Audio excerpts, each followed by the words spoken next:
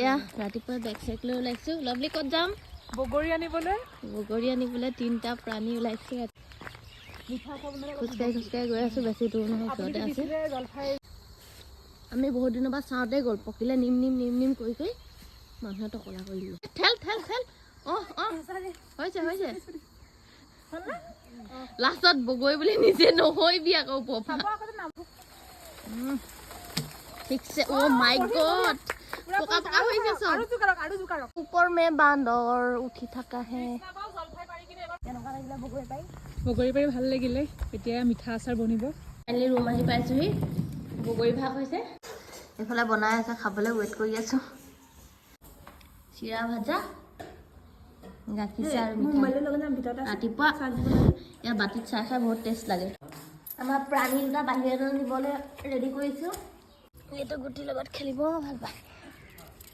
সেইজনে ওপৰতে জঁপিয়াই ধৰিছে। চক ভাত খাবলৈ একদম পুৰা ধুনীয়াকৈ বহি আছে। গাইছ, আজি আমাৰ খানা এইটো কি? পানীলাও চব্জি, বেঙেনা ফ্ৰাই আৰু ইয়াৰ পকৰা। গাইছ, খাই বৈ চব বিচনাত পৰি গ'ল। চাওঁ চফু নেঞ্চি হো সেইয়া